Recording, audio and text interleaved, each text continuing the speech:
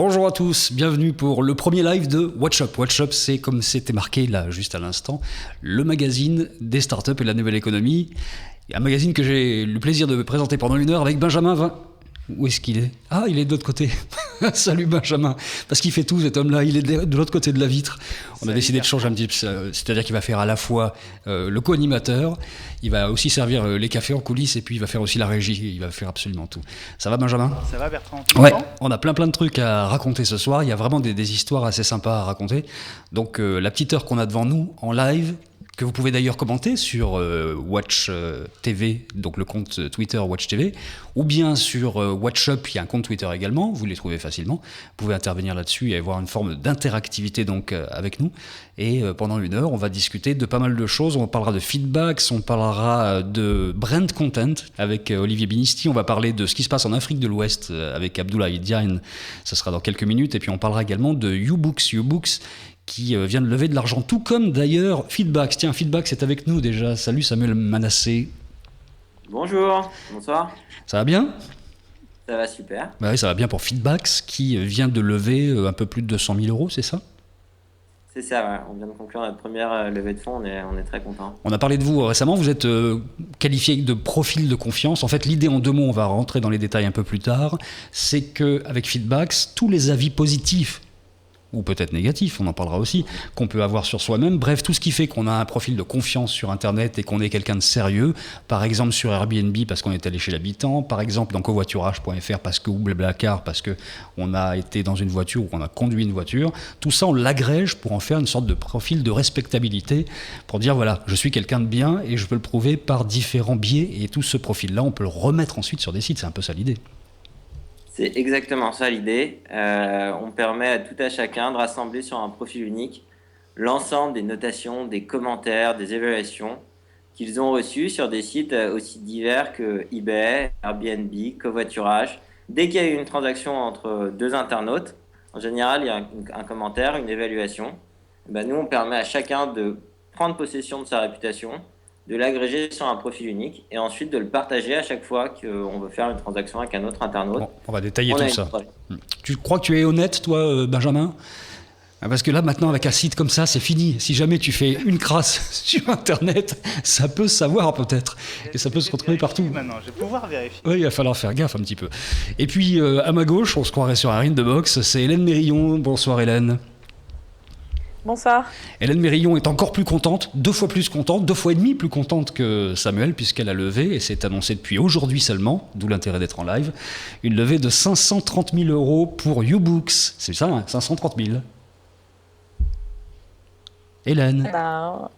On vient de boucler ça. Ouais, ça vient d'être annoncé aujourd'hui. YouBooks, sans rentrer dans la baseline que tout le monde réutilise et tous les articles ont réutilisé, c'est un peu le Spotify du livre. C'est-à-dire que l'idée, c'est vraiment de proposer, comme Spotify et Deezer proposent de la musique, de proposer des livres en version gratuite. On peut lire autant de livres qu'on veut avec un peu de publicité, et on peut aussi lire et télécharger les livres qu'on veut, notamment sur les tablettes, sans publicité, moyennant un abonnement de 9,90 € par mois. Bref, ça ressemble quand même de très très près, et vous avez réussi l'exploit de faire ça, donc de très très près à Spotify et à Deezer, mais dans la matière du livre, ce qui n'était pas gagné d'avance quand même. Hein. Oui, tout à fait. On a vraiment cette ambition de créer le Spotify du livre. Et aujourd'hui, c'est tout simplement une bibliothèque de livres numériques francophones qui est disponible en accès en ligne, sur tablette et sur le web, totalement gratuitement, via notre offre premium, donc qui est financée par la publicité. Et puis pour ceux qui en ont marre de la publicité ou qui veulent lire hors ligne, ils peuvent s'abonner pour 9,99 € par mois. 9,99 €, ce qui permet d'avoir accès à pas évidemment tous les livres qui sortent, il y a un nombre très conséquent. Vous avez combien de titres ? Je crois qu'il y a 6000 titres actuellement qui sont disponibles, notamment beaucoup de nouveautés d'ailleurs. Oui, on a des best-sellers, on a de tout. C'est vraiment une bibliothèque généraliste avec plus de 6000 titres, avec 250 BD, des Spirou, des Lucky Luke, des Fantasio. On a aussi tous les guides de voyage Petit Futé, on a des beaux livres de cuisine, on a des partitions, on a bien entendu des romans policiers, enfin on a tout, pour tous les goûts. Bon, on va avoir l'occasion de détailler ça dans un petit instant. Vous allez revenir nous voir en direct dans cette émission. Merci Hélène, à tout de suite. Et on repart du côté de Samuel. Ça y est, la nuit s'est couchée. Preuve qu'on est bien en direct. Merci Hélène. Samuel, vous êtes combien à avoir monté cette histoire de feedback? Ça existe depuis combien de temps? Alors, Feedback existe depuis 1 an. À la base, on est 2 fondateurs, donc Thomas Bancel et moi-même. En fait, on est amis de lycée et on a des profils très différents et on s'est lancé dans ce projet tout de suite après nos études. Vous avez fait quoi comme études les uns et les autres? Alors, Thomas est ingénieur, il a fait Polytechnique et il revenait de la Silicon Valley de Stanford. Je crois que ça lui a donné des idées. Et moi, j'ai un profil un peu plus financier. J'ai fait Sciences Po et j'ai fait Dauphine. Quel est le constat de départ qui vous a amené à créer ça?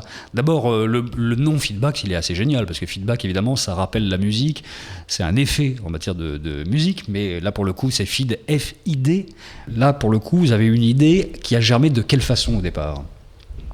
Nous, on est parti d'un constat, c'était que tous les nouveaux services d'échange entre particuliers, qui maintenant qui a un nom qui est consommation collaborative, était en train d'exploser et aller plus loin qu'une vraie mode. C'est-à-dire qu'on constatait parmi nos amis que les gens ne voulaient plus tellement avoir une voiture, mais voulaient se transporter. Un peu comme avec Ubox, on veut plus tellement posséder un livre, mais on veut pouvoir en lire un. Et donc, c'était ça notre constat de départ. Et au début, on s'est dit, on va faire une plateforme d'échange, de location d'objets entre particuliers. Et à chaque fois, on se heurtait au problème de la confiance. Parce qu'on s'est dit, c'est bien beau, mais au bout d'un moment, est-ce que je vais vraiment laisser mon nouvel appareil photo réflexe à quelqu'un que je connais pas? Et on s'est heurté à ce problème de la confiance. Et au bout d'un moment, on a fini par vouloir résoudre uniquement ce problème. Et c'est comme ça qu'est né Feedback. Parce qu'il y a des services qui tiennent vraiment là-dessus. Airbnb, par exemple, qui permet d'aller chez l'habitant, soit de louer l'appartement complet ou la chambre ou la maison, soit d'aller carrément chez l'habitant. J'en sais quelque chose, ça m'arrive assez souvent de le pratiquer. Et Airbnb, le profil compte vraiment, c'est-à-dire qu'on se fait retoquer dès qu'on a été un petit peu minable sur une opération. Et ça marche comme ça sur, évidemment, Blablacar, par exemple, pour le covoiturage. Si on n'est pas sympa, si on n'est pas à l'heure, si on prend les gens pour des idiots, ça marche pas. Donc, c'est l'agrégation de tous ces profils-là, mais le problème, c'est qu'on peut avoir été en faute à un moment ou un autre. Alors, qu'est-ce qui se passe quand on est en faute? Ça nous suit partout et encore plus, non? Non, encore moins parce que on ne peut se créer un compte Feedback uniquement si on le souhaite. C'est-à-dire que concrètement, on n'agrège pas des données de personnes qui nous ont rien demandé. Bon, d'abord, parce qu'on n'a pas le droit, et deux, parce que surtout, on ne souhaite pas le faire. Donc, c'est vraiment pas dans cette optique qu'on se place. On n'est pas la police du web. Nous, on permet à des gens qui ont des bonnes évaluations sur Airbnb, concrètement, qui se comportent très bien, de demain, d'utiliser cette réputation qui est un actif personnel, de l'utiliser sur Le Bon Coin, de l'utiliser sur Blablacar, de l'utiliser sur un site d'autopartage. Voilà, on rend la réputation de chacun transportable. Mais qu'est-ce que je fais, par exemple, de tous les avis que j'ai eus sur, prenons un autre cas, je ne sais pas, par exemple, le Price Ministère, tiens, par exemple, sur les achats. Est-ce qu'il y a des avis négatifs que je peux enlever si je veux un petit peu lisser mon profil? Non, la règle du jeu, elle est très claire. On fait rien sans vous demander. Mais par contre, quand vous nous dites agrégez mes commentaires Price Minister, on fait deux choses. D'abord, on vérifie que c'est bien vous, que vos identifiants sont corrects pour pas que vous puissiez piquer les commentaires de quelqu'un d'autre. Et par contre, dès que vous nous donnez l'accord d'agréger vos commentaires Price Minister, on les prend tous d'un bloc. Sinon, ça serait trop simple. Je prendrais que les bons commentaires et j'enlèverais les mauvais. Aujourd'hui, les sites qui sont pris en compte, c'est eBay, c'est The Waze, il y a beaucoup de voitures en fait. Buzzcar, Blablacar, Price Minister, Etsy, eBay donc, et puis Airbnb, évidemment, c'est totalement extensible. Vous pouvez ramener beaucoup d'avis différents. Quelle est l'ambition d'ailleurs? Est-ce que c'est d'aller chercher partout sur cette consommation collaborative les avis et de les agréger à terme? Oui, l'idée à terme et même à court terme, c'est d'agréger les avis de n'importe quel site de consommation collaborative, avec un prérequis, c'est qu'on audite quand même le système de réputation des sites sur lesquels on importe les commentaires. C'est-à-dire, vous faites quoi précisément? C'est-à-dire, concrètement, pour simplifier, on vérifie qu'un commentaire est lié à une transaction. Parce qu'il y a certains sites où n'importe qui peut laisser un commentaire à n'importe qui, et ça ne nous donne pas des avis fiables. Donc nous, sur Airbnb, les commentaires que vous avez reçus, c'est parce qu'il y a vraiment eu une transaction. Donc voilà, ça c'est un premier filtre que nous faisons. Et une fois ce filtre fait, oui, notre ambition est clairement d'agréger un maximum de sites, puisqu'on a des demandes de nos membres qui nous disent moi je suis membre de tel site et j'ai plein de bons commentaires, j'aimerais bien les rassembler. Donc petit à petit, on va permettre de rassembler les commentaires de tous les sites de consommation collaborative.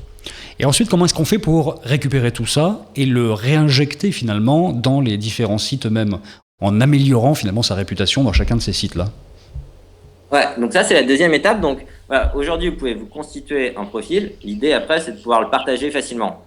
Donc à l'heure actuelle, comment vous pouvez le partager? Vous pouvez le partager soit en vous donnant votre pseudo unique Feedbacks à la personne avec qui vous réalisez une transaction, soit en donnant un lien vers votre profil.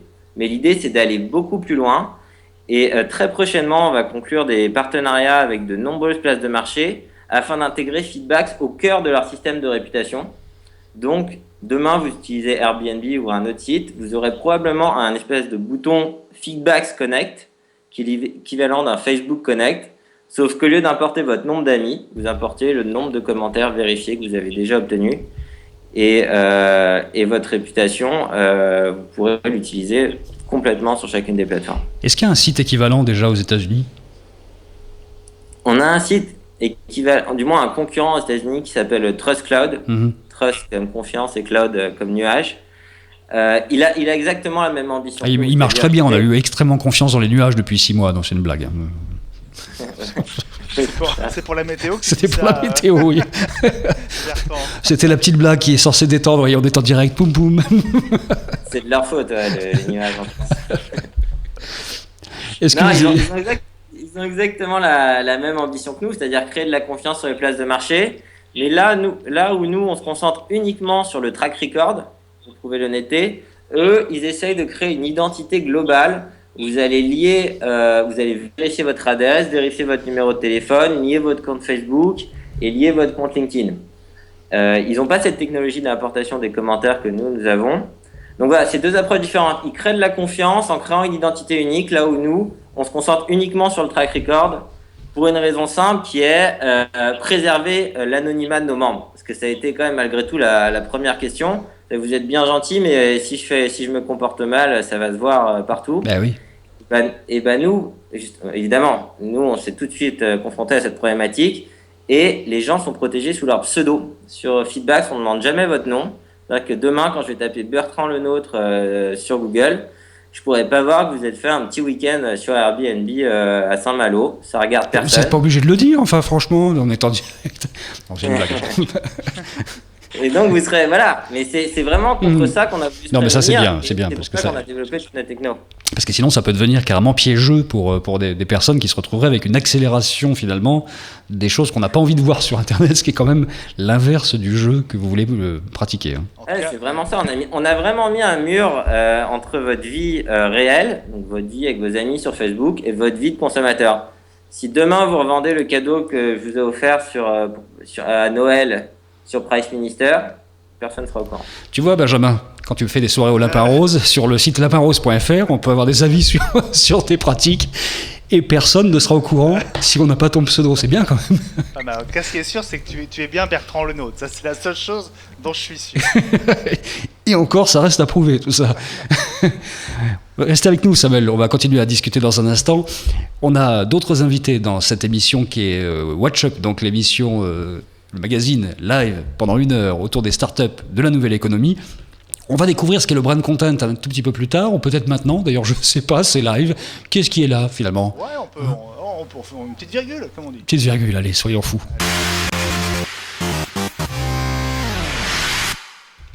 Moi j'adore les virgules. Ah bah ça j'ai reconnu, c'est Abdoulaye. Abdoulaye Diane, salut. Ça va bien? Où est-ce qu'il est? Oui, très bien, tu vas bien. Oh, bah, il parle fort, il est à Dakar, Abdoulaye. Abdoulaye Diane, qui est le créateur de Biz NTIC Africa, donc Biz comme business, NTIC comme nouvelle technologie de l'information et de la communication, et Africa comme Africa, figurez-vous. Et ce qui intéresse Abdoulaye, en fait, dans la vie, c'est de faire en sorte que le web africain de l'Ouest essentiellement, qu'il soit francophone ou anglophone, mais particulièrement aussi au Sénégal, soit dignement représenté, qu'il se passe des choses là-bas, qu'il y ait des startups, et qu'on fasse appel aussi à tous les diplômés qui sont là-bas, à Dakar notamment, qui ont fait leurs études en France, souvent, qui sont baignés de culture française, qui retournent au pays parce qu'ils ont envie de vivre là-bas et qui ont du mal, tout simplement, à trouver du job parce qu'aucune start-up française, aucune entreprise française du web ne vient chercher des développeurs là-bas en Afrique. C'est un peu l'idée, ça aussi, Abdoulaye. Hein. Oui, c'est le gros problème, hein, parce que évidemment il y a beaucoup de startups françaises qui ne s'intéressent pas très bien en Afrique, et il y a beaucoup de choses qui se passent. Je pense qu'on en a beaucoup parlé ces derniers mois par rapport à certaines émissions sur certaines émissions qu'on a fait ensemble, et nous souhaitons vivement que les gens viennent voir ce qui se passe en Afrique. Parce qu'il se passe des choses très très différentes selon les pays. On va dire que le Sénégal, c'est peut-être pas le pays dans toute l'Afrique de l'Ouest où il se passe le plus de choses. Il y a d'autres pays, plutôt anglophones d'ailleurs, où c'est très très dynamique, et on sait que l'Afrique est extrêmement dynamique en matière de mobile notamment, Ouais. et que le web, c'est souvent l'activité sur les mobiles, et avec les applications très très simples d'ailleurs sur les mobiles.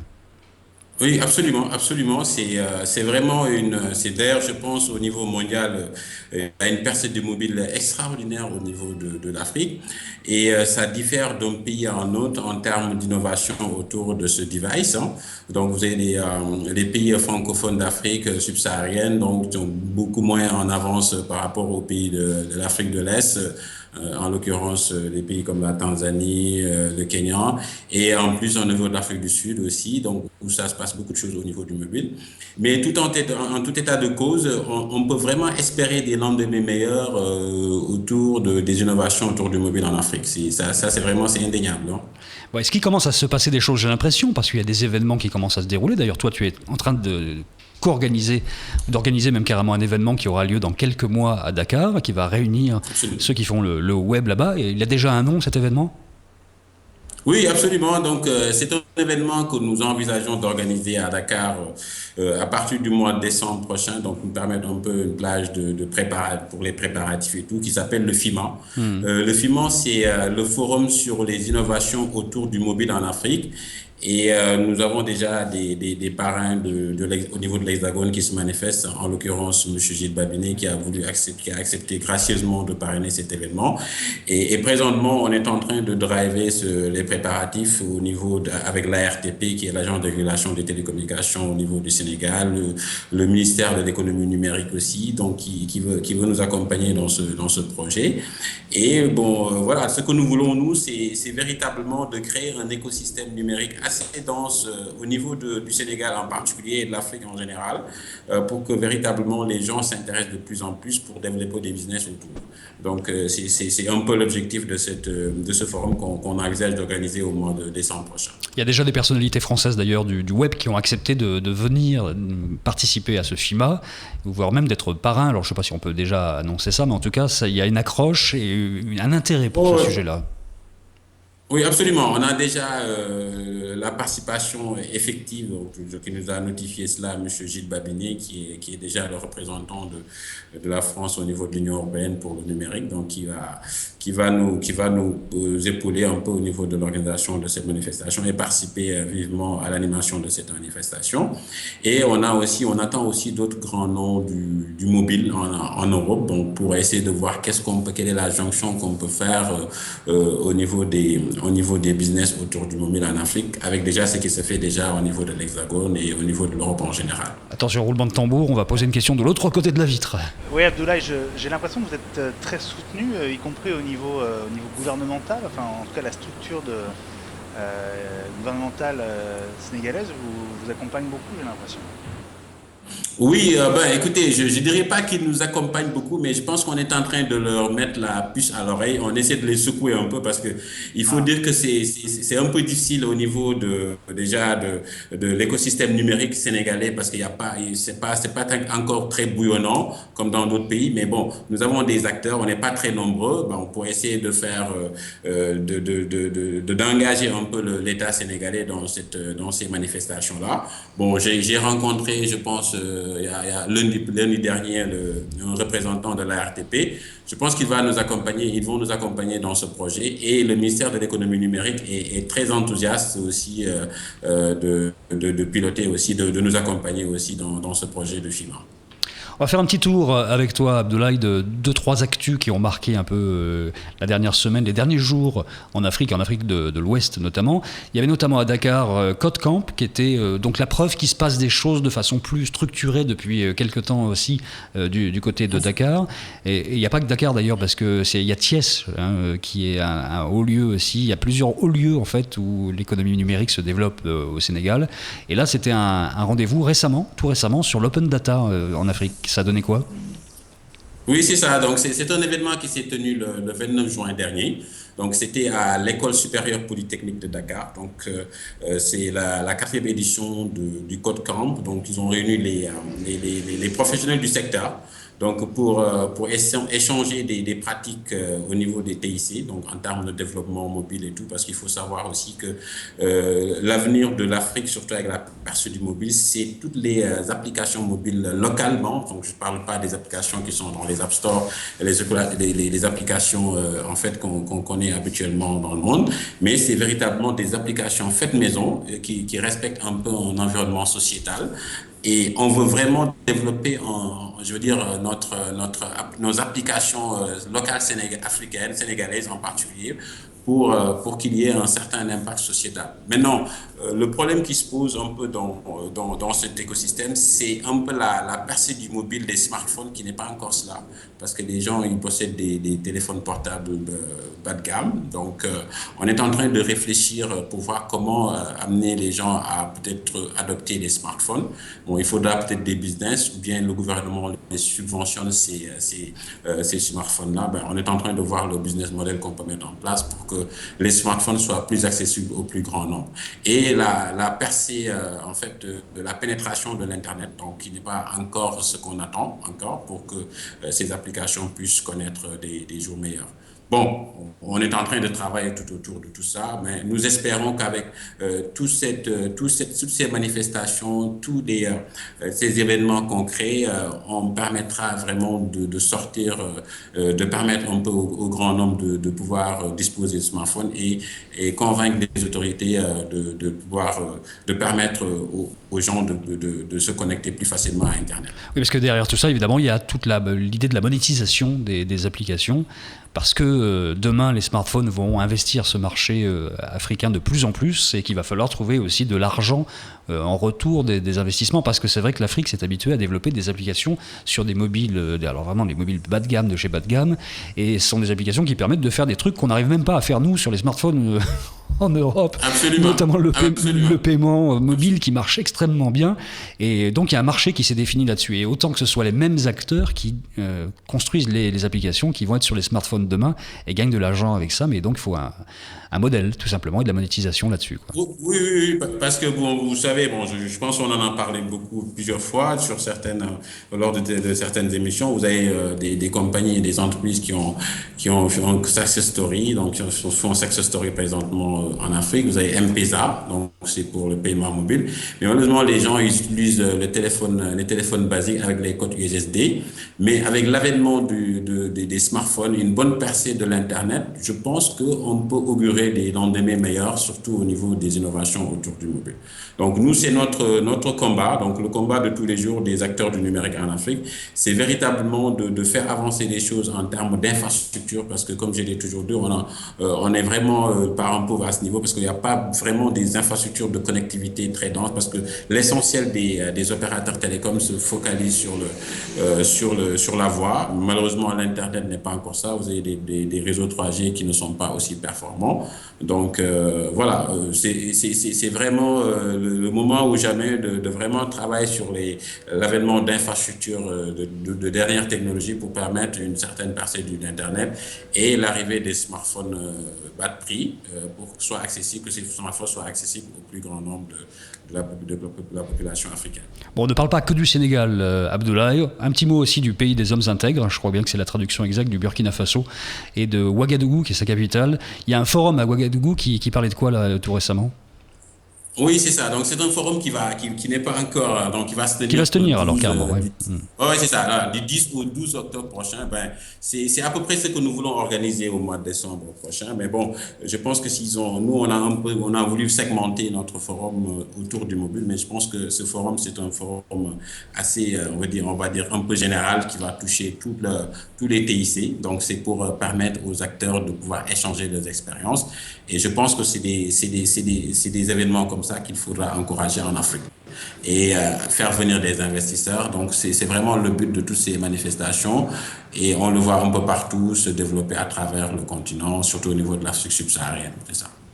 Samuel Manassé, toujours avec nous de Feedbacks. Vous avez déjà pensé à avoir des contacts, pourquoi pas des développeurs en Afrique? Ça vous est déjà venu à l'idée, ça, à l'esprit? Non, pas encore. Ben voilà, il faut y penser maintenant, Moi, parce que j'aurais une c'est... question Ouais. pour... Allez-y, pour c'est fait pour ça. Oui, bonjour. Ah bah la question, elle est très très courte là, finalement. Est-ce qu'il y a des services, des applications en France? Je vous entends très mal. Il faudrait refaire la question, Samuel, on ne l'a pas comprise. Est-ce qu'il y aurait des sites internet, des applications qui cartonneraient en Afrique de l'Ouest et dont on ignorait complètement l'existence en France? Ah ouais, il y en a. Oui. Abdoulaye. Il existerait des applications. Oui, oui, bien sûr. Nous avons des applications mobiles. Non mais Bon, qui déjà cartonne? au Sénégal, nous avons une entreprise qui s'appelle Nelam Service, donc qui ont conçu des applications mobiles qui permettent de mieux connaître Dakar, ses environs. Donc c'est pour les touristes. Donc je pense ils connaissent, n'est-ce pas, un certain succès, mais bon, ils n'ont pas encore identifié le business model tout à fait adéquat. C'est pourquoi parce que bon, c'est pas très connu du grand public, du fait qu'il n'y a pas de smartphone, il n'y a pas de percée d'internet. Bon, mais bon, ils ont une certaine notoriété après avoir mis en place cette application.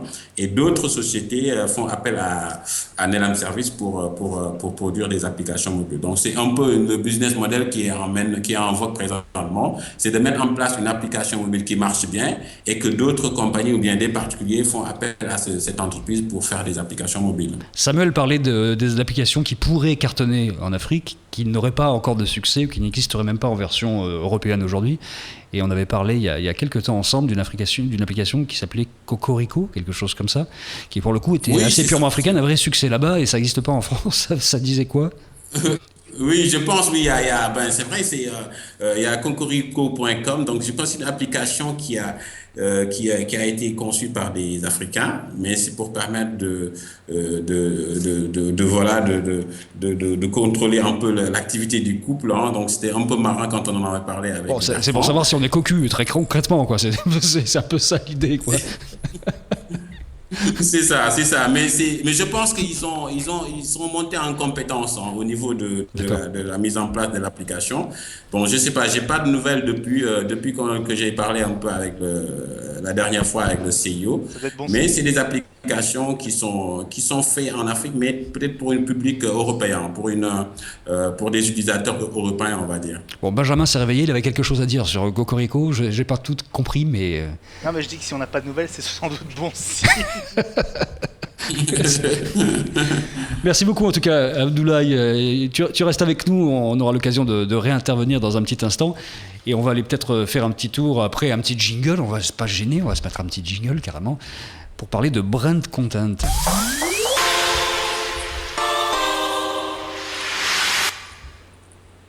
Ah bah dis donc, ça c'est court. Hein. C'est du court. Bon, quelles sont les activités? Qu'est-ce qui va se passer là concrètement pour Feedbacks? Maintenant que vous avez levé un petit peu d'argent, avec 200 000 euros et quelques, on révolutionne pas non plus complètement une structure, c'est-à-dire que ça permet éventuellement d'embaucher du monde. Qu'est-ce qui se passe? On a des locaux nouveaux, on met quoi en place? La première chose qu'on met en place, c'est quoi? La première chose, c'est en effet de nous renforcer, principalement techniquement, puisqu'on est clairement un produit technique et on est en train de développer une API complète pour aller plus loin dans l'intégration avec les places de marché. Mais là, la prochaine next step, c'est ce que je vous disais, c'est qu'on est en train de conclure des partenariats avec plein de places de marché pour inclure les solutions de Feedbacks au cœur de leur plateforme. Et on travaille d'ores et déjà avec Buzzcar, qui est un site d'autopartage, qui vient d'acheter Citizen Car d'ailleurs, et avec Vadrouille Covoiturage. Et donc, sur ces deux sites, les gens commencent déjà à importer leur réputation, leurs évaluations Airbnb, leurs évaluations eBay, Et on commence à avoir d'excellents retours, c'est-à-dire qu'une fois, enfin, c'est un peu logique, une fois qu'ils ne sont plus anonymes et qu'ils ont une réputation, ils réalisent plus de covoiturage, ils ont moins de mal à louer ou à louer une voiture. Et ça, on travaille beaucoup sur ces retours pour améliorer le produit. Je crois qu'on a Olivier qui est avec nous, Olivier Binisti. Bonsoir. Ah bah ouais. Bonsoir. Voilà, c'est du live. Non, il n'y a pas de souci, Olivier. Je disais que vous êtes directeur conseil et contenu. C'est du direct. Directeur conseil et contenu chez Neuron. C'est ça, en fait, votre carte de visite, elle est plus longue que ça, en fait. Vous avez envie de la détailler un petit peu ou pas? Trop longue. Non, elle est trop longue, c'est vrai. On se donne toujours des titres très pompeux dans les agences, en fait. Hein, ouais. Pardon. Non, effectivement, je suis directeur directeur des contenus chez Neuron. Je vous entendais juste avant vous interroger sur le terme digital et numérique. On dit digital à l'agence. Personnellement, je pousse pour qu'on dise numérique. J'ai l'impression aussi. Vous avez la femme de ménage qui passe l'aspirateur dans vos locaux, là. Je suis chez moi. Pardon. Non, c'est vrai qu'on entend un bruit de fond qui est assez impressionnant quand même. Oui, mais moi j'entends rien. Je vous entends assez mal en fait. C'est vrai, d'accord. Mais je ne sais pas si c'est mieux là d'ailleurs. Je crois qu'on a perdu notre réalisateur de l'autre côté de la vitre. Non, mais on vous entend quand même. Hein, on va essayer comme ça de fonctionner. On va parler du brand content ensemble parce que vous êtes le créateur en fait d'un groupe qui est le plus gros, je crois, sur LinkedIn, le réseau social professionnel, sur un groupe qui s'intéresse au brand content, donc qui regroupe des professionnels. Vous êtes assez nombreux d'ailleurs. Hein, je ne sais plus combien, 1600, quelque chose comme ça. On est effectivement 1500 ou 1600 aujourd'hui. C'est un groupe que j'ai créé mi-2010 à peu près. Au départ, tout simplement pour partager un sujet d'intérêt qui était le mien et dont je sentais qu'il émergeait. Et effectivement, qui a cru de manière assez impressionnante et assez rapide.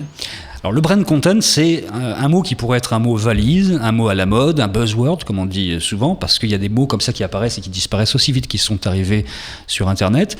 Mais en fait, c'est beaucoup plus fin que ça, parce que le brand content aujourd'hui, qui est le contenu de marque, si on le traduit en français pur, c'est vraiment l'évolution du web depuis 7 ou 8 ans qui est en train d'aboutir à autre chose dans le comportement des marques aujourd'hui, en matière de comportement donc médiatique. Finalement, un média est une marque. On nous a vendu ça depuis des années et les marques finissent par prendre ça au pied de la lettre et les agences les aident à le faire pour faire vraiment du contenu. On se dit tant qu'à exister, autant exister avec quelque chose d'intelligent, un vrai contenu qui attire le monde et pas simplement ce qui a été fait au tout début de la grande vague d'Internet. C'est un peu ça l'idée du brand content ? Oui, c'est un peu ça. L'idée, c'est qu'effectivement, alors pour faire un tout petit retour en arrière, le brand content en tel, le contenu de marque, n'est pas quelque chose de très récent. C'est assez neuf sur le digital, mais finalement, quand Michelin sort son guide Michelin il y a plusieurs décennies de restaurants, on est finalement sur une marque qui décide autour de son ADN de marque, autour de ce qu'elle est, de construire un produit, de construire des contenus qui vont finalement valoriser la marque. Et aujourd'hui, en fait, il y a une évolution. On voit qu'il y a de moins en moins d'appétence pour la publicité, on voit qu'il y a de moins en moins d'intérêt pour, on va dire, des contenus sans valeur ajoutée forte. Et aujourd'hui, les marques se disent que pour arriver à créer une véritable relation avec leurs consommateurs, avec les gens, avec leur audience, il faut leur apporter plus, il faut leur apporter des choses qui vont les intéresser, tout simplement, qui vont leur donner envie d'entrer en relation. Et c'est ce qu'on essaye de faire, et d'apporter aux marques avec lesquelles on travaille, de les aider à finalement créer de la relation. Oui, et à émerger, parce qu'il y a tellement de choses qu'il faut arriver à se distinguer. Il y a 5-6 ans, en fait, il y a eu, ou plus, mais en tout cas après le Web 2.0, qu'on situe à peu près en 2005, 2006, 2005, il y a eu ces vidéos virales qui ont commencé à déferler, et les marques se sont dit, ça c'est le jackpot, si on arrive à faire des vidéos pas chères, y compris avec un téléphone, et qu'on fait 1 million de personnes, c'est génial. Donc elles vous ont demandé, à vous les agences, de leur faire de la vidéo virale qui faisait 1 million, 10 millions. Et vous leur avez répondu à juste titre, ça marche pas comme ça, le viral ne s'improvise pas, ne se crée pas. Le viral, c'est quelque chose qui répond à des données qui sont complexes et qu'on ne maîtrise pas complètement. Donc si vous voulez être intéressant sur Internet, devenez intéressant en racontant quelque chose qui soit en affinité avec votre public, votre clientèle. Et c'est comme ça qu'est né le brand content, en fait. Oui, exactement. Et en fait, dans brand content, il y a quand même 2 mots. Il y a quand même brand et content. Enfin, ça paraît un peu basique de dire ça, mais c'est du contenu de marque. Et si je veux juste produire du contenu, aujourd'hui, si je veux du contenu drôle, divertissant, enrichissant, j'ai pas besoin d'aller voir une marque. La télé m'en propose, j'ai effectivement des vidéos virales sur Internet, j'ai des petits jeunes, j'aime pas l'expression, mais en gros, voilà, qui font des choses très très bien, très drôles, très divertissantes ou très intelligentes ou très enrichissantes. Je pense au web documentaire par exemple. Et j'ai pas forcément besoin des marques pour ça. Les marques se sont dit, qu'est-ce que moi je peux apporter de plus? Parce que comment est-ce que je peux aussi attirer des nouveaux consommateurs? Et effectivement, le brand content est né de là. Alors, effectivement aussi, les marques ont tendance à se dire, et d'ailleurs beaucoup continuent à se le dire malheureusement, Internet c'est facile, une petite caméra, iMovie, mon neveu en stage, il va me faire une vidéo virale, ça va marcher, et je voilà. vais être sur YouTube et tout le monde va me voir. Bien sûr.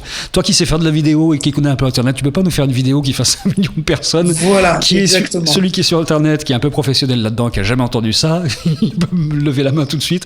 On a tous eu ça de la part de gens qui connaissent pas du tout et qui pensent que faire du viral, c'est très très simple. Je leur explique que même en mettant à peu près la moitié du village tout nu en train de défiler, ça marchera pas parce que ça a déjà été fait et qu'il va falloir trouver autre chose. Et justement, il y a... Oui. Non, allez-y, je vous écoute. Il y a des marques qui sont devenues quand même très très fortes dans le brand content et on peut dire que Red Bull est certainement la marque aujourd'hui qui fait le plus fort parce qu'elle fait vraiment, elle a investi le web internet de façon assez colossale sur plein d'opérations aujourd'hui. Complètement. Enfin, aujourd'hui, l'opération qui est la plus célèbre de Red Bull, c'est évidemment le fameux saut de Félix Baumgartner. On mais voit des images d'une autre là Red justement Bull, aussi. Ouais. Ouais, mais effectivement, Red Bull aujourd'hui, c'est une stratégie de communication, c'est des budgets marketing. Je crois que l'entreprise fait 9 milliards d'euros ou de dollars, je sais plus, de chiffre d'affaires, et je crois que c'est 20% du budget en communication à travers ce qu'on appelle du content marketing, c'est-à-dire de la production de contenu. Aussi bien digital, c'est-à-dire qu'on fait un partenariat avec YouTube quand on a Félix Baumgartner qui va sauter, on suit depuis sa sonde. C'est une opération qu'on estime à 50 millions de dollars quand même d'investissement. Oui, mais les retours sont colossaux. Donc, mais voilà, exactement. Et en même temps, enfin, Red Bull parce que le brand content n'est pas que digital, je crois que c'est une fois par mois, il y a un Red Bull Magazine qui accompagne l'équipe par exemple. Où dedans, on parle des équipes de foot Red Bull qui sont aux États-Unis, de l'équipe de Formule 1, etc. Et finalement, il y a toute une stratégie de notoriété de la marque autour de la création de contenus, d'événements, de moments, finalement, qui font cette relation entre une marque et le consommateur. Parce que le but, c'est tout ça pour, au final, vendre des canettes. Mais on est bien dans comment j'arrive à me distinguer, comment j'arrive à émerger, comment j'arrive à créer un contenu qui va faire qu'un consommateur, potentiel ou actif, va se sentir en lien avec la marque. Comment il va se dire, j'aime cette marque parce qu'elle me ressemble, parce qu'elle produit des choses qui m'intéressent, et parce que finalement, j'ai commencé à entrer en relation avec elle, et puisque la relation, elle passe par des choses qu'elle me donne gratuitement, du contenu, des émotions, à un moment, je vais aussi acheter les produits parce que probablement que les produits vont me donner cette même émotion et cette même satisfaction. On peut arriver à ça quand on s'appelle Red Bull et qu'on a des moyens assez colossaux en matière de marketing et de communication, parce qu'ils ont quand même mis la main sur tous les sports extrêmes, sur les sports mécaniques, sur les X-Games, bref, sur tout ce qui bouge et qui ressemble à des comportements un peu différents et qui sont évidemment liés à des passions de jeunesse souvent. Eux mettent la main là-dessus, ce qui est absolument colossal, un petit peu comme le Qatar met la main sur des sports entiers. Eux ont réussi à préempter finalement ces sports-là. C'est pas le cas de tout le monde. On peut pas, en tant que marque, mettre la main comme ça de façon aussi colossale sur l'ensemble d'un secteur et au niveau international. C'est pas évident. Red Bull est un exemple qui n'a pas tellement d'équivalent finalement. Non, je pense même que Red Bull n'a pas d'équivalent, très honnêtement, en termes de budget, en termes d'investissement. Mais c'est là que c'est intéressant, c'est qu'en fait, c'est une stratégie de marque. C'est une stratégie de communication, c'est une stratégie de construction de visibilité. Mais pour autant, je pense que même une petite marque peut faire du brand content. Je suis tombé chercher un restaurant réservé, je suis tombé sur un site, restauration qui s'appelle Le Wok, je crois, peu importe, qui a créé sa petite web TV où ils font du contenu autour des recettes, autour de comment on cuisine au wok, avec des petits chefs qui n'ont pas dû leur coûter très cher, très honnêtement, mais qui par contre finalement sont du contenu qui font vivre la marque et qui donnent un peu de vie à la marque. La limite, c'est qu'en fait, quand on parle de brand content, on a tendance, et le mot est là-dedans, à ne parler que de contenu. Or pour moi, le brand content, c'est d'abord un dispositif. c'est pas simplement produire du contenu et créer du contenu, parce que vous en créez du contenu, vous le savez, il suffit pas de faire du contenu pour être vu, il faut aussi penser autour. C'est comme vous le faites vous avec Watch TV, mais c'est il faut faire du Facebook, il faut faire du Twitter, il faut parfois faire de l'achat média, il faut créer un ensemble d'éléments qui, autour d'un contenu, vont le donner à voir. Mais de même qu'on le faisait en télé. Il ne suffit pas de mettre un programme à l'antenne pour qu'il marche, il faut en parler, il faut faire de la promotion, il faut le rendre visible. Et c'est ce que fait Red Bull, c'est ce que font d'autres marques, c'est ce que fait Leroy Merlin par exemple, enfin, c'est ce que font beaucoup d'entreprises aujourd'hui, avec des moyens plus ou moins différents. Et souvent d'ailleurs en mettant une mauvaise allocation de ressources, en disant souvent je mets beaucoup dans le contenu, puis il ne me reste plus grand chose pour promouvoir. Or, si on ne promeut pas ce qu'on crée, ça n'a aucune chance d'être vu, ça n'a aucune chance d'exister, et donc ça n'a aucune chance d'atteindre les objectifs. Leroy Merlin, ça coûte un petit peu moins cher à fabriquer que ce que fait Red Bull, même si c'est intéressant et c'est très intéressant sur la cible. Et en même temps, ils font de la production pour la télévision, Leroy Merlin, c'est-à-dire qu'il y a des pastilles pour la télé. Et là, le brand content devient malin parce qu'il est à la fois sur le web, il est à la fois en télévision classique, et c'est même sur TF1, je crois bien.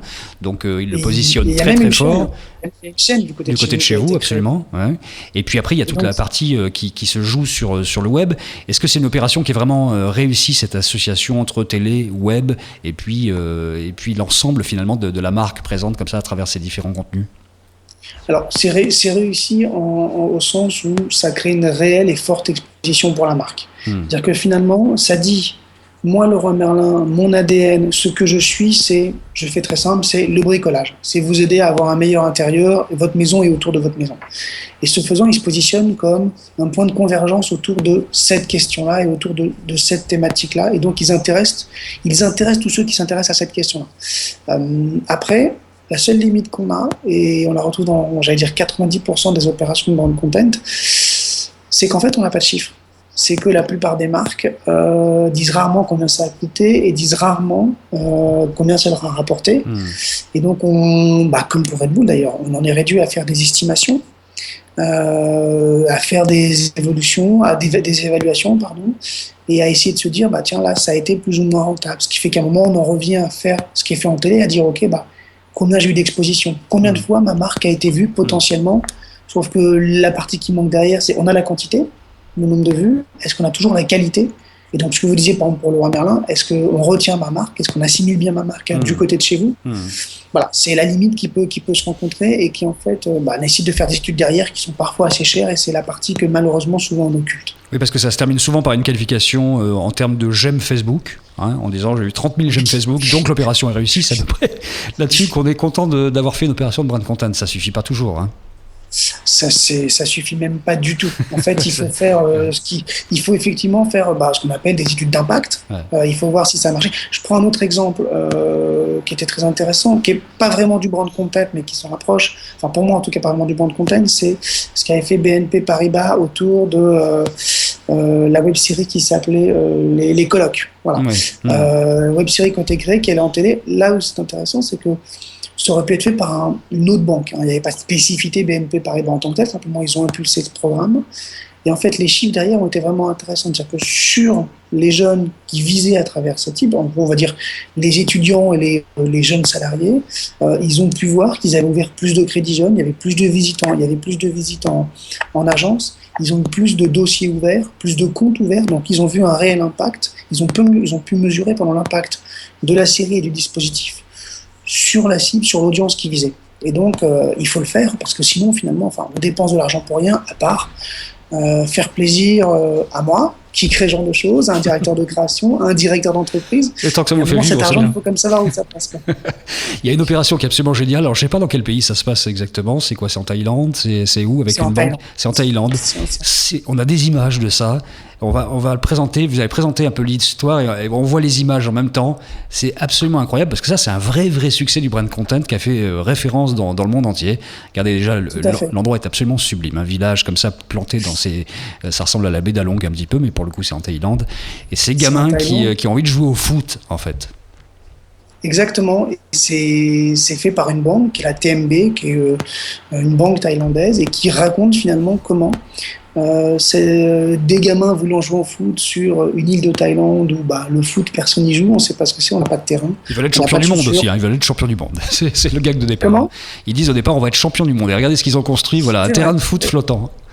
Ils ont construit un terrain de foot flottant et finalement, et la banque raconte une histoire. La banque raconte comment, autour de cette volonté de créer quelque chose pour ces jeunes, pour ce village, ils les ont accompagnés et ils les ont aidés à réaliser leurs rêves. Et là où alors d'abord le film est vraiment très très beau. Oui, il est très très beau, c'est vrai. Je conseille à tout le monde de le voir. Voilà, c'est le FC Pany, P-A-N-Y-E-E. Si nos auditeurs font une recherche, ils pourront le trouver sans aucun problème. Et en fait, c'est vraiment là, ce qui est intéressant, c'est qu'en fait, on raconte une histoire. Et dans le brand content, l'idée c'est ça. Il ne s'agit pas de vendre un produit. Il s'agit de dire qu'est-ce qui fait ma spécificité en tant qu'entreprise et qu'est-ce que je fais pour me différencier, qu'est-ce qui fait que je suis effectivement, j'ai des valeurs, j'ai un ADN, j'ai des ambitions, j'ai des caractéristiques qui me diffèrent des autres. Qu'est-ce qui fait que quand je suis Apple, je suis pas Samsung et quand je suis Samsung, je suis pas Sony. Qu'est-ce qui fait que j'ai des valeurs qui sont différentes et que je vais, effectivement, ces valeurs, je vais aider des clients, des cibles à les partager et à les aider à réaliser leurs projets. Ça, c'est le grand mot, ça, les valeurs. Parce que c'est vraiment ce que vous vendez, vous, dans les agences, en disant aux marques aujourd'hui, essayez de transmettre vos valeurs par autre chose qu'un spot de 30 secondes traditionnel. Essayez de le transmettre par des films affinitaires, justement, où toutes ces valeurs vont se retrouver dans un contenu qui a une chance d'intéresser les gens de façon réelle, pas parce que c'est de la pub, pas parce que c'est une banque ou une marque, mais parce que c'est un contenu intéressant. Et vous allez accrocher les gens de façon beaucoup plus forte et beaucoup plus longue, finalement, qu'en faisant de la pub traditionnelle. C'est un peu ça l'idée aussi. Oui, c'est ça. C'est-à-dire qu'il faut, quand on est une entreprise, au départ, je vais prendre deux exemples très simples. Danone et Nestlé, géants de l'alimentaire, qui vendent le même type de produit au final, et pourtant, les valeurs, les ADN de marque sont différents. Danone, c'est la santé par l'alimentation. Nestlé n'est pas tout à fait sur ce positionnement. Donc Danone va raconter une histoire différente. Je ne dis pas que l'un est meilleur que l'autre, mais finalement, ils essayent, à travers ce qu'ils sont, à travers ce qu'ils font, d'avoir un positionnement, d'avoir un discours différent. Et ce qui est important, c'est ce qu'on raconte. C'est comment on le raconte et comment on est crédible sur ce qu'on raconte. Et ce qui intéresse, alors ce qui vous intéresse vous, ce qui m'intéresse moi quand je suis pas dans mon agence et quand je regarde un film, et c'est ce qui m'intéresse quand je regarde aussi une émission de télé, c'est finalement, est-ce que je crée une relation avec l'autre côté du poste? Est-ce que cette histoire m'intéresse? Est-ce qu'elle me fait vibrer? Alors si en plus derrière une marque, très bien, en plus peut-être que je vais m'intéresser à cette marque plus que je ne l'aurais fait naturellement, mais il faut qu'effectivement d'abord j'ai quelque chose qu'on me raconte, quelque chose qu'on me dise, j'ai une émotion qui se crée, je me sens enrichi. Et après, si c'est la marque qui me l'a permis, banco, quoi. Tant qu'à faire, je vais aller voir cette marque plus qu'une autre. Vous parliez de Danone, qui ont notamment Danone Communities, qui fait des choses qui sont assez étonnantes parfois, décalées aussi, c'est pas toujours simple de comprendre ce qu'ils font, mais ils sont capables de faire des opérations avec le pape du microcrédit, par exemple en Inde et dans le reste, dans les pays du tiers-monde, et de faire comme ça des relationnels. Alors on n'attend pas Danone pour finalement valoriser ce microcrédit ou ces économies très très collaboratives qui se créent dans les pays du tiers-monde, mais finalement c'est eux qui interviennent là-dessus, parce qu'ils ont décidé de se mettre sur ces valeurs-là. Et pourtant, alors même, il faut savoir qu'un exemple, on n'a pas forcément parlé, mais avant, mais pour connaître un peu l'entreprise, les managers, ils ont chaque année 30% de leur évaluation annuelle repose sur les actions de développement durable qu'ils ont pu mener. Et ça, c'est quelque chose qui finalement, ça veut dire que c'est intrinsèque à l'entreprise. S'ils n'ont pas mené d'action, s'ils n'ont pas appuyé des initiatives locales là où ils sont, leur année est ratée. Donc c'est des vraies valeurs d'entreprise qui doivent se pousser. Après, il ne s'agit pas de dire valeur. Alors, je suis plutôt football que rugby. Le rugby parle beaucoup de valeurs. Après, voilà, c'est toujours compliqué de mettre. Le foot aussi, mais c'est en euros que ça se compte. C'est différent. Oui, voilà, effectivement. Non, mais effectivement, ce qu'il y a derrière, c'est que il s'agit de savoir qu'est-ce qui finalement est intrinsèque et fondamental à l'entreprise. Après, les entreprises qui n'ont peut-être aucune valeur, mais ça dépend beaucoup. Mais ça, vous ne pouvez pas leur dire non plus. C'est compliqué. Vous êtes dans la mauvaise position pour leur dire ça. On leur propose autre chose. Bon, vous pouvez rappeler le nom du groupe LinkedIn. Si quelqu'un veut le rejoindre, il suffit de demander tout simplement, et il y a une validation qui se fait ensuite. C'est un groupe qui s'est ouvert en fait maintenant, mais le nom exact du groupe?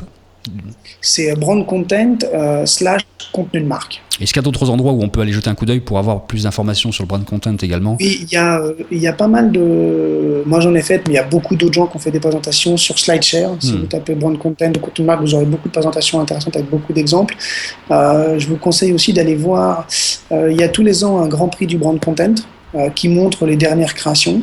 Et il y a eu il y a 2 semaines, je crois, il y a eu les Lions, Festival international de la publicité à Cannes, qui a remis son premier prix du brand content. D'ailleurs, c'est intéressant de voir que la publicité se rapproche du brand content en se disant tiens, il y a quelque chose qui marche, qui est un peu différent de la simple approche publicitaire et qui peut nous enrichir, nous, agences publicitaires.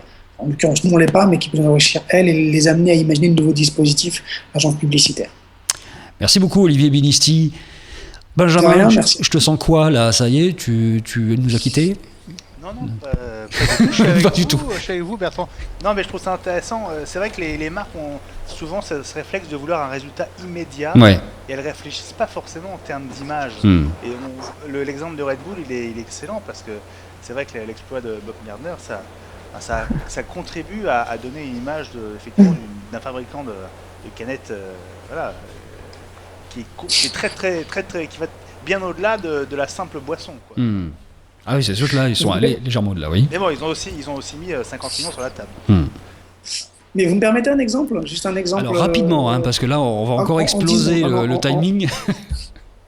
En 5 secondes. 5 secondes. Enfin, en 20 secondes. Pardon. Allez, on négocie plus. On vient d'échanger, on vient de discuter, on ne se connaît pas encore vraiment. C'est-à-dire que je ne vais pas tout de suite vous inviter à venir manger un morceau chez moi.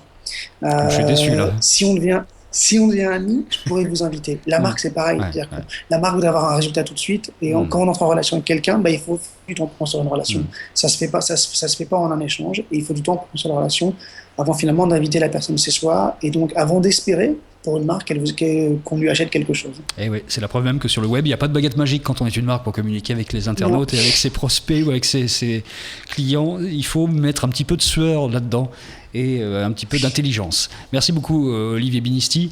On va retrouver Hélène Mérillon juste après une petite pub tout simplement pour YouBooks qui vient de lever 530 000 € aujourd'hui justement. YouBooks, c'est la lecture partout où vous allez et quand vous le souhaitez. Une bibliothèque en ligne gratuite et légale, YouBooks vous propose un large choix de livres en fonction de vos envies. Vous y trouverez un blog sur l'actualité littéraire, ainsi que de nombreuses critiques qui vous guideront dans vos choix. Vous pouvez donner votre avis, partager et découvrir de nouveaux auteurs grâce à la communauté YouBooks.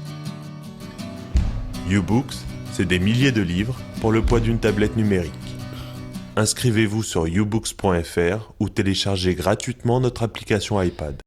Et Plume, une petite pub gratuite de 30 secondes pour YouBooks, donc dans Watch Up, qui se continue avec Hélène Mérillon, qu'on a déjà eu tout à l'heure pour parler un tout petit peu de ça. Hélène qui se dit, aujourd'hui j'ai levé 530 000 €, normalement qu'est-ce que je devrais faire? Je devrais être avec les potes à cette heure-ci, 23h et quelques, en train de sabler le champagne pour fêter ça. Ben non, je me retrouve en Skype sur Watch Up et c'est d'autant plus sympa d'être avec nous, Hélène, et d'avoir patienté jusqu'à la fin de l'émission pour nous parler de YouBooks.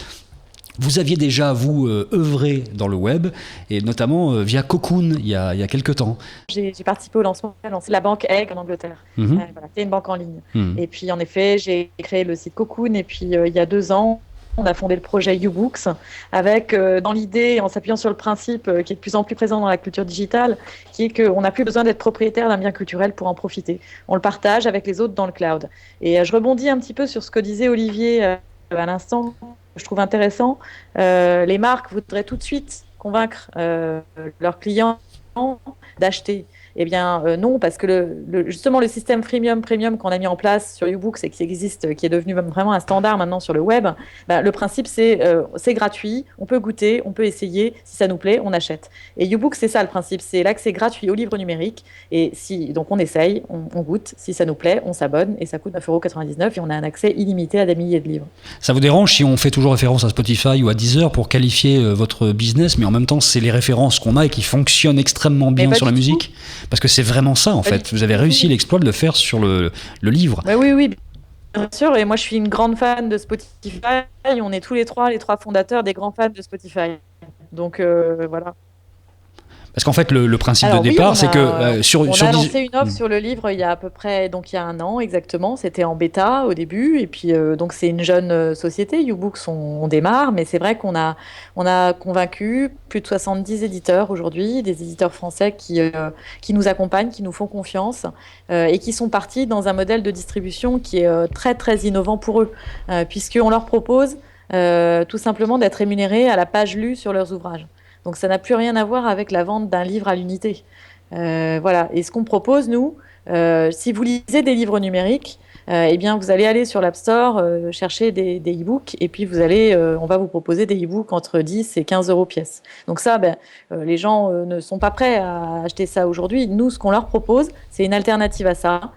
C'est un accès gratuit à une bibliothèque de livres numériques dans laquelle il y a des milliers de livres qui sont très intéressants, auxquels ils ont accès complètement gratuitement et financés par la pub.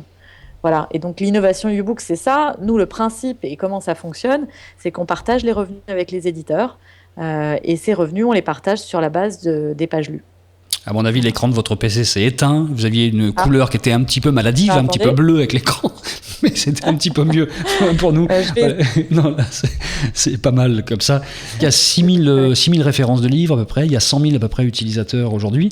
Et ce qui est étonnant, c'est que vous avez vraiment séparé les expériences. Il y a une expérience qui peut se faire sur un Mac, sur un PC, et qui est une expérience avec publicité par exemple, où on peut lire tous ces livres-là avec de la publicité. Je l'ai testé, c'est pas du tout gênant. C'est-à-dire qu'on est dans un cadre où il y a un petit bandeau publicitaire, mais on peut sincèrement lire un livre gratuitement. Alors là, je vous entends plus. Vous m'entendez plus. Bon.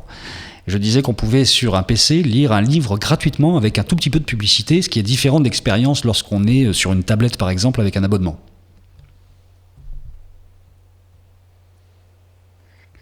Oui, alors le projet U-Book, c'est quand même un projet qui vise à offrir une expérience de lecture sur tablette, parce que nous, on est convaincus que c'est la tablette qui va révolutionner le marché du livre. Pourquoi ? Parce que la tablette, elle offre vraiment un vrai confort de lecture maintenant, de livres numériques, et beaucoup plus que sur un PC. Donc U-Books existe sur le web et sur PC, bien sûr, mais c'est une vitrine, c'est-à-dire la vraie expérience de lecture, elle est sur les tablettes, bientôt sur les smartphones aussi, puisqu'on va sortir une version du U-Books qui sera à la fois sur tablette Android et sur smartphone également, alors qu'aujourd'hui on est sur iPad et sur tablette Windows 8. Et donc vraiment, la vraie expérience de lecture, elle est sur tablette. C'est là qu'il faut aller expérimenter. Les tablettes, c'est en train de vraiment d'exploser et de très vite. Bientôt, il y aura non plus, même plus une tablette par foyer, mais une tablette par personne. La tablette est en train de remplacer le PC. Nous, on en est convaincus. Juste un mot, si on arrive à se comprendre, et ça sera peut-être un des derniers, mais il y a quelque chose qui est assez étonnant, c'est qu'en France, quand on prend le marché de la musique, un CD valait, je sais pas... Est-ce que vous m'entendez ? Je vous entends. Est-ce que vous m'entendez ? Vous m'entendez ? Oui, on vous entend bien, Hélène, il n'y a pas de souci. Je disais que lorsque la musique est arrivée sur le web, en fait, il y avait des CD qui se vendaient à 16 ou 17 euros. Ensuite, iTunes a proposé des CD un peu moins chers. Et puis, il y a eu les Spotify et Deezer qui ont mis l'abonnement à 9,90 €. Lorsque le bouquin est arrivé sur U-Books, en fait, vous étiez dans un système qui était un système un peu bâtard. Parce que le livre, aujourd'hui, qu'il soit en version papier ou en version numérique, se vend au même prix dans la librairie du coin que chez Amazon. Et ça, c'est un vrai problème aujourd'hui. C'est que finalement vous avez un boulevard devant vous avec ce système-là, parce qu'aujourd'hui le prix du livre dématérialisé n'a pas du tout été pris en compte par l'économie.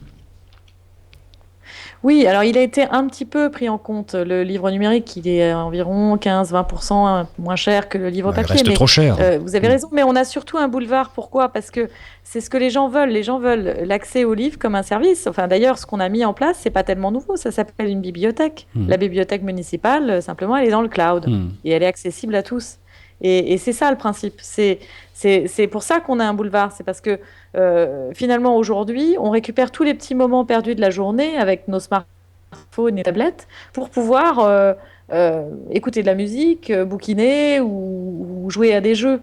Et on veut avoir accès à tout moment et immédiatement à toute notre bibliothèque. Et c'est pour ça que U-Books, c'est génial et que c'est très différenciant par rapport à un Amazon. C'est qu'on offre cet accès direct à des milliers de livres qu'on emporte partout dans sa poche. Et en plus, on apporte un contenu éditorial qui est assez actif. On propose des lectures sans arrêt à nos membres. C'est ça aussi, la communauté U-Books. L'idée, c'est de proposer des lectures autour de thématiques d'actualité ou de sujets qui peuvent intéresser nos membres. Et c'est aussi un partage entre les membres et un partage des membres aussi vers leurs amis sur Facebook, etc. Je ne sais pas si vous m'avez entendu. On a entendu, il y a eu une petite coupe à un moment, oui, on a bien senti. Benjamin, ça va te permettre de lire ton premier livre sur YouBooks, je pense, non hein? Donc, Il y a de tout, hein. Il y a des bandes dessinées. Oui, justement, en plus, il y a des livres pour enfants, donc je pense qu'il va commencer par là. on va se parler après l'émission, toi et moi. Est-ce que vous arrivez, Hélène, dernière question, à convaincre assez facilement les maisons d'édition dont on a le sentiment que le web, Internet, tout ça, c'est un peu leur ennemi désigné, elles ont du mal à se séparer de cette idée-là d'Internet? Oui, elles étaient très réticentes au début à se mettre au livre numérique, mais elles s'y sont mises fin 2011. Elles sont toutes signées avec Amazon et elles sont en train de vendre des livres numériques. Donc, je pense que la plupart des maisons d'édition ont compris que le numérique, ça faisait partie de l'avenir du livre. YouBooks, c'est un modèle très innovant dans le secteur du livre numérique, donc ça n'a pas été facile de les convaincre. Mais aujourd'hui, on a 70 partenaires, 70 éditeurs français qui sont partenaires de la plateforme YouBooks. On a des grands groupes comme Média Participation qui sont partenaires et 3 des plus grands éditeurs français sont en train de signer avec nous. Donc, je pense qu'on a réussi à créer un vrai partenariat avec les éditeurs. Je pense qu'on a une démarche qui est tout à fait dans leur culture aussi. Je pense que l'approche éditoriale et notre démarche qui vise à essayer de valoriser leurs livres aussi par du contenu éditorial est quelque chose qu'elles apprécient. Et finalement, c'est pas déplaisant pour elles de créer finalement un autre canal de distribution qu'Amazon ou Apple en France. Il vaut mieux avoir plusieurs distributeurs. Donc voilà, on a réussi à les convaincre, elles nous accompagnent, elles nous aident à mettre en place ce modèle. Et puis j'espère que ça va continuer et qu'on va pouvoir générer beaucoup de revenus complémentaires pour elles. En France comme à l'étranger, vous avez des ambitions internationales ou pas? Ouais, Ah oui, il y a des grosses ambitions internationales là. On le sent bien. Excusez-moi, Hélène, on n'a pas compris si quelques concurrents à l'étranger. On n'a pas compris si la réponse était oui ou non. Vous avez donc des ambitions internationales? Oui, bien sûr, d'accord, c'était ça qu'il fallait comprendre. Bien sûr, bien sûr.